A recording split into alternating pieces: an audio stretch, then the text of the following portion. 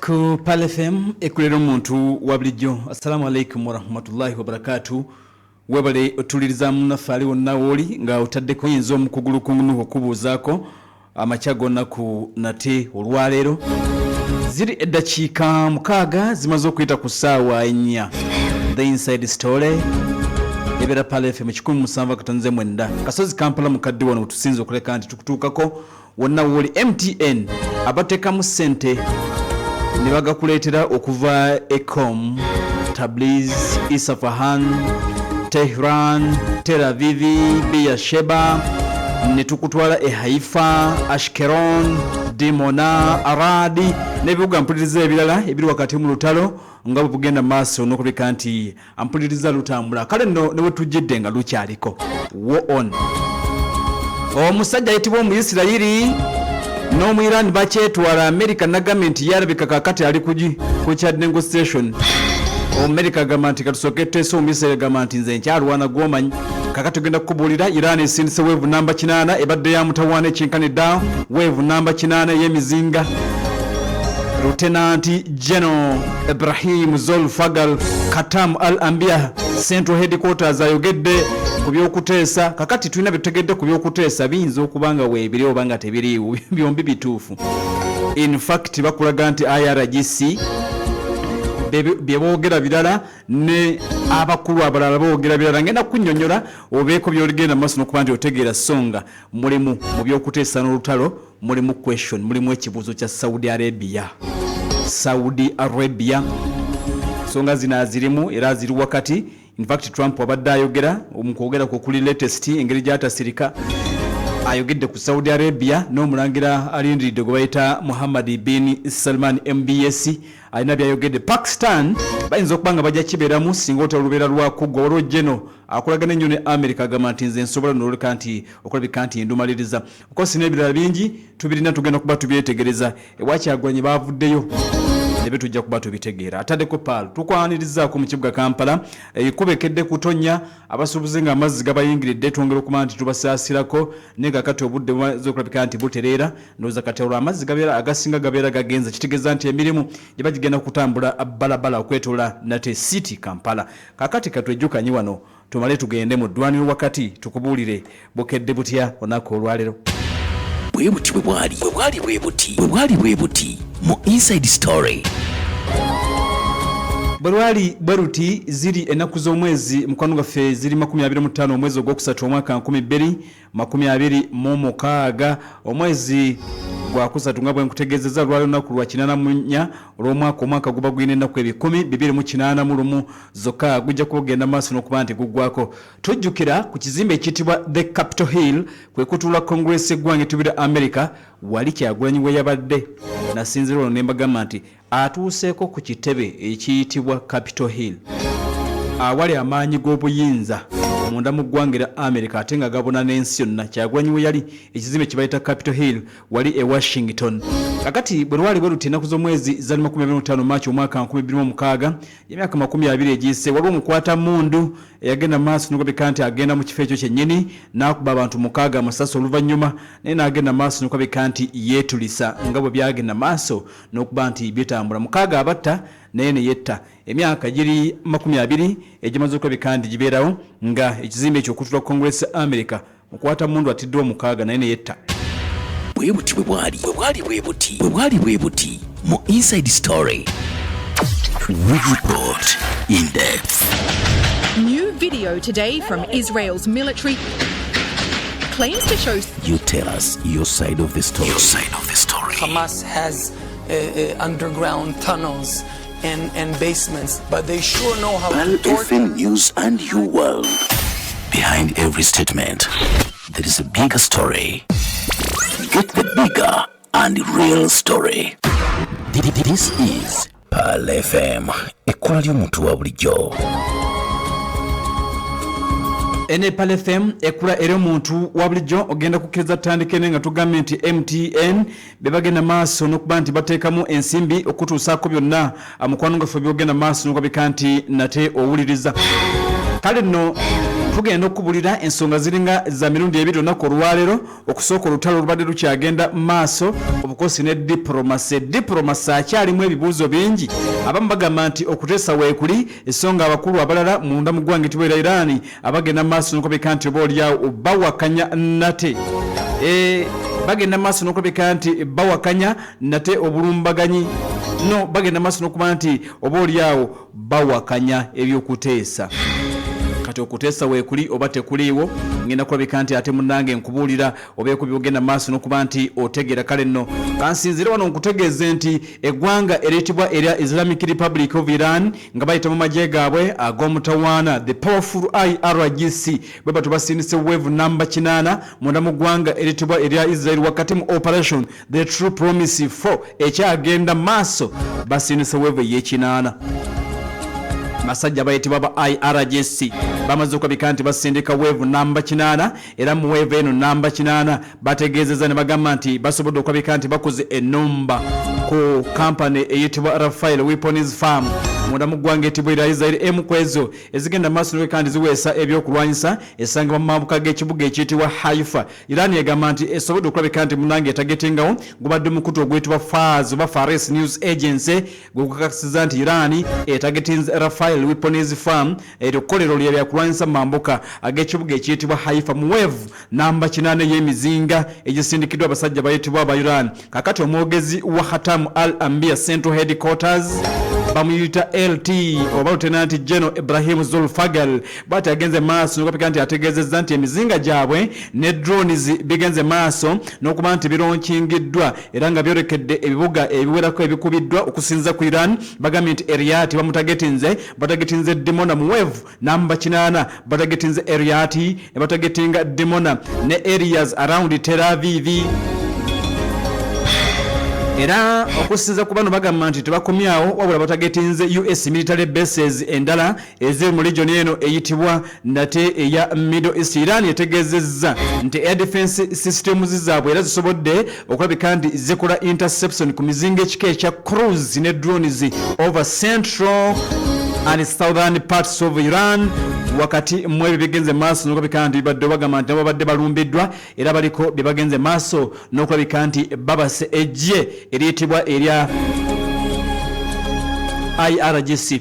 Kakati Israel egamba nti ne mu nnumba zino ezikoleddwa tewali mu Israel yenna afudde wabula bagambye nti abantu nga 12 bebafunye ebisago ebyamaanyi ddala wakati mu nnumba zino ezikoleddwa. Ekisaawe ekiyitibwa Ben Gurion Airport Abairani nakyo bagenze maaso n'okulabika nti bakitagetinze wabula nga ku mulundi guno bagamba nti waliwo ennyonyi ezibadde zigenda maaso n'okulabika nti zikozesebwa wakati mu kuwa zinnaza amafuta ezibalumba zibatagetinze ku kisaawe ekiyitibwa Ben Gurion International Airport wali muna mu ggwanga nate eryitibwa erya Israel. Tegedde nti eggwanga etibwa erya Iran likozesezza emizinga okubadde fate 10 kubaddeko omuzinga oguyitibwa Qiyam,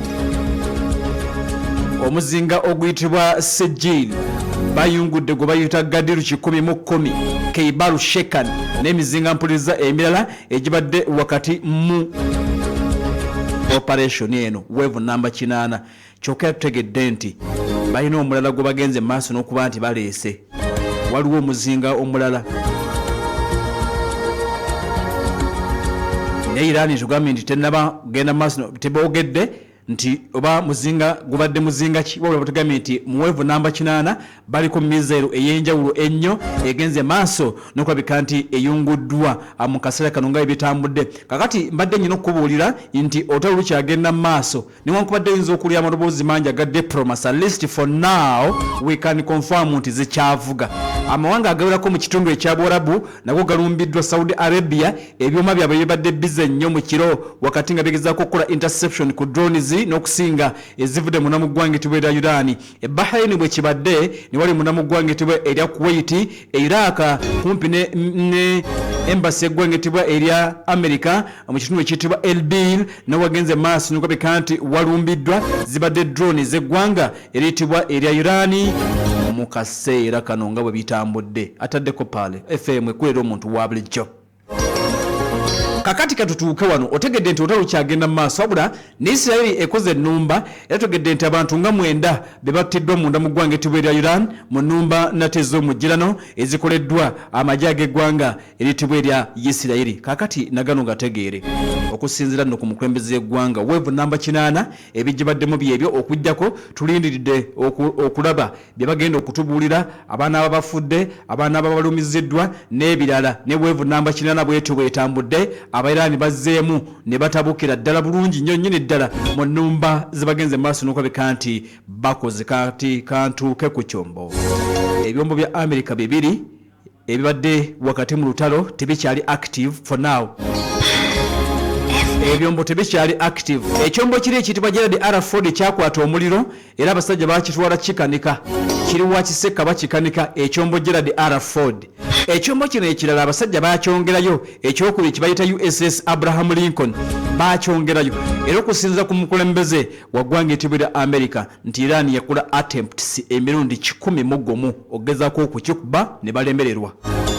Trump agambye abasajja bayitibwa aba Iran bagezaako okukuba bagezaako okukuba ekyombo ekya USS Abraham Lincoln oba bakinyugunyaako. Iran yanyugunya emizinga 11 ekika kya ballistic wabula okusinziira ku Trump agamba nti tewali yadde omuzinga n'ogumu bwe guti ogwasobola okuba nti gukisemberera. Tewali yadde omuzingo gwakisemberera.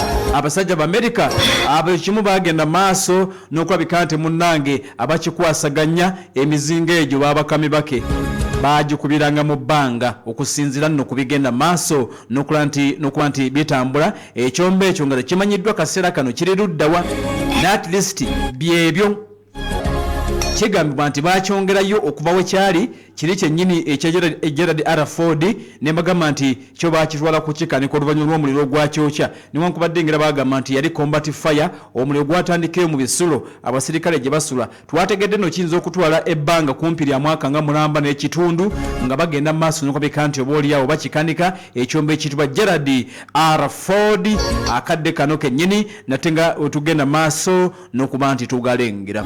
Kale nembeera bweti bweri ataddeko ekkulera omuntu wa bulijjo batulengeza olwo ebimu ku bizimbe ebigenze maaso n'okulabika nti obulira bikutte nate omuliro oluvannyuma lwa salvo ey'emizinga gya Iran oba barrage esindikiddwa okusinziira ku Magen David Adom. Ye emergency services y'eggwanga eritibwa erya Isirayiri bagiyita Magen David Adom. Egyo nagambye nti Abayisirayiri bano beetegekera nnyo okufa kwabwe. Kale tujja gamba nti beetegekera okufa wabula baategeka nga tebaagala kufa Abayisirayiri. Kati negambye nti balina Home Front Command nti eyo yeerabula Abayisirayiri nti abasajja baleese ne babalabula ne bagenda ne beekweka. Kakati ng'oggyeko Home Front Command ate era balina emergency service ennene ddala ekola omulimu okulaba nti Omuyisirayiri afunye obuzibu atuukibwako mangu bamujjanjabe bagiyita Magen David Adom. Magen David Adom eyampuliriza ye emergency service buli awagudde omuzinga nga bayingirawo bajje balabe. Kakati okusinziira nno ku Magen David Adom bategeeza ne bagamba nti wabadde multiple impact sites across the city of Tel Aviv. Mu kibuga Tel Aviv batugambye nti waliwo emizinga gya Iran kasita owulira nga bagambye nti wabadde impact site kitegeeza nti omuzinga guguddewo. Impact site gubeera guyiseewo ne gugwawo era okusinza ku Magen David Adom abadduukirize munda mu kibuga ekitibwa Tel Aviv batugambye nti wabadde impact sites eziwerako era nga bagenda maaso n'okulabika nti banoonyereza okuzuula oba nga waliwo abagenze maaso n'okulabika nti bafudde oba nedda. So nga mu kaseera ke kamu waliwo okunoonyereza okugenda maaso n'okulabika nti kukolebwa Air Force ya ggwanga ettibwa erya Isirayiri batandise okugenda maaso n'okulabika nti banoonyereza wansi w'amagye agayitibwa IDF. Batandise okunoonyereza bazuule ddala kiki ekyabaddewo nadde olunaku oluyise wali mu kibuga ekiyitibwa Tel Aviv waliwo missiles ezagenze maaso n'okulabika nti zayiseewo ne zihiitinga target oba ne zikozinga impact era n'olunaku olwaleero bwe kibadde. Kakati nti okunoonyereza Israel Air Force bali mu investigating failure to shoot down Iranian ballistic missiles that struck Tel Aviv okusinza ku mukutu oguyitibwa The Times of Israel batugambye nti bali mu kunoonyereza balabe emizinga gya Iran at least lately gibadde gigenda maaso nuko kandi giyitawo gibadde gikikola kitya gibadde giyitawo gitya babadde bayitawo batya ekyo babadde bakikola batya akaseera kano kennyini amukwano gaffe atuliza njagadde kusooka kukubuulira nti olutalo lukyagenda mu maaso emmundu ekyavuga newankubadde nga waliwo diplomasi okusinga ngenda mukubuulira wali mu maaso naye okulaga nti olutalo lukyagenda mu maaso yes okulaga nti olutalo lukyagenda mu maaso amagye ga IRGC gagenda mu maaso n'okwongera okuwera yes gagenda maaso n'okwongera okuwera omwogezi kati afuuse feesi ya Iran ayogerera amagye naddala ekibinja kiri ekiyitibwa Khatam al-Anbiya Central Headquarters bamuyita Zolfaga Ibrahim Lieutenant Kano Lieutenant General avudde n'ategeeza nti do not call your defeat an agreement olw'okuba twawangudde temugamba nti ate nti tukkiriza tuteese okubawangula kumuyita okuteesa Zolfaga n'ategeeza n'agamba there will be no sign of your investments in the region tugenda kulwana paka okutuusa nga tewali yadde akabonero k'ekintu kyonna kimwateeka wano Iran nor will you see the previous prices of energy and oil until you understand that stability in the region is guaranteed by the powerful hand of our armed forces. Stability comes through force. Iran yewaga. Zolfaga agambye nti era tugenda ku making sure nti ebbeeyi y'amafuta teddayo kubeera nga bw'ebadde okutuusa bwe muna kizuula Abamerika nti okutuusa Amerika lwe nakitegeera nti emirembe mu Middle East gisalibwawo Iran. Lieutenant Colonel Ibrahim Zulfagal bw'atyo wayogedde ayogera nnyo oba asinziira wa musajja akasuka ebigambo mulungi mu kusoomooza naye ate naye ayinamu propaganda ayinamu okuteesa juzi yaweereza Trump ebigambo naga gwe you are fired owedde okozesa nnyo ebigambo ebyo you are fired ayogera bamuyita Zolfagal mwogezi w'amagye munnamagye nno kubanga ali ku ddaala ya Lieutenant Kano abasajja tebamutagetinga simanyi naye ng'ayogera okukamala agitegeezeza wakati mu kwogera okuli latest n'abuuza has the level of your internal conflicts reached the state of negotiating with yourselves?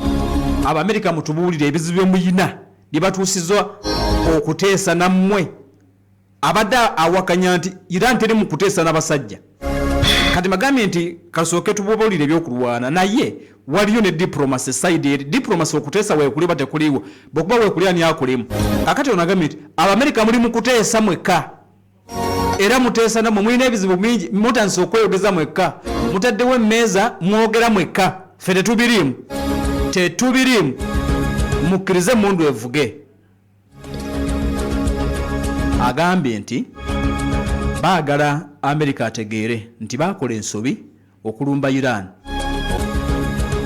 baagala babajja ensobi eyo mu their dirty minds lage nti balina dirty mind ku Iran kakati nti Iran egenda ku making sure nti ebajjamu dirty mind eyo Iran ewaga bannange our first and last words from day one have been and will be ebigambo byaffe okuva kunaku olusooka paka kunaku olunaasemba bibadde nti no one like us will get along with someone like you, not now, not ever. Teri muntu alinga ffe agenda kutuula nammwe, teri muntu alinga ffe ajja kuteesa nammwe, si leero si bulijjo tekiri baawo ffe okukwatagana nammwe tekijja kubaawo. Zolfaga kakati agenza okwogera ebyo nga basindisibwa evu namba 8 ne mu byonna ebigenda maaso nokuleka nti bitambula waliwo kyengenda okunnyonnyola okitegere bulungi nti mu kaseera kano amagye ga IRGC galabika nga ge gali mu kintu mu byonna ebitambula. IRGC amagye ga Iran ag'oku ntikko galabika nga ge gali mu kintu. Obukulembeze bwa Iran political leadership erabika nga kakati eri sidelined abali mu kintu be bano IRGC okitegeera be bali mu kintu be basalawo ono Zolfagal mwogezi wa Khatam al-Anbiya alinga yayogerera eggwanga kubanga ebya diplomacy yandibadde tabyogera nako naye ayogera ku lwa Iran takyayogera ku lwa amagye ga ggwanga ebigambo bye biwulirwa nnyo kati n'okusinga ebyomukulembeze Pezeshkian biwulirwa ebyokusinga ne speaker n'okusinga speaker wa parliament akabonero akaliwo akanene kali nti Islamic Revolutionary Guards Corps yeri mu control maje kakati gafuga Iran era ono Zulfagar yalinga omwogezi wa Iran ne ministry ey'ensonga z'ebweggwanga omwogezi wayo gubayita Ismail Bagayei alwawo okulabika kati ayogera ali omu Zulfagar Ibrahim awakanyiza ebyokuteesa nate nebya tugenda kuleka ntubikubuulira bagambye nti olutalo luno lulimu ekibalo ky'eggwanga eritibwera Saudi Arabia ongenda kutuukawo otegeere biri mu Saudi Arabia ogenda kuba nato bitegeera bulungi nnyo nyini ddala ataddeko Pal FM ekuleera omuntu wa bulijjo wabali nnyo kuba nti ogoberera Nepal tugenda okweyongerayo gakyali mangi ayara gisegama nti okuteesa kikafuwe twagala kuba musajja paka lasti tumuggyemu date mind gyatulinako tujja kumukuba tumuggyemu date mind gyatuyinawo tujja kumusemula mu maapu ya Middle East oba beesiga ki nze naawe kale kasuka kujukiza singa suma yabo center kujja nyimusidagala ngala botonde na mere bagamba nti ugenda wali ekawempe tuula kirokole ugenda kuba ugenda wali ekawempe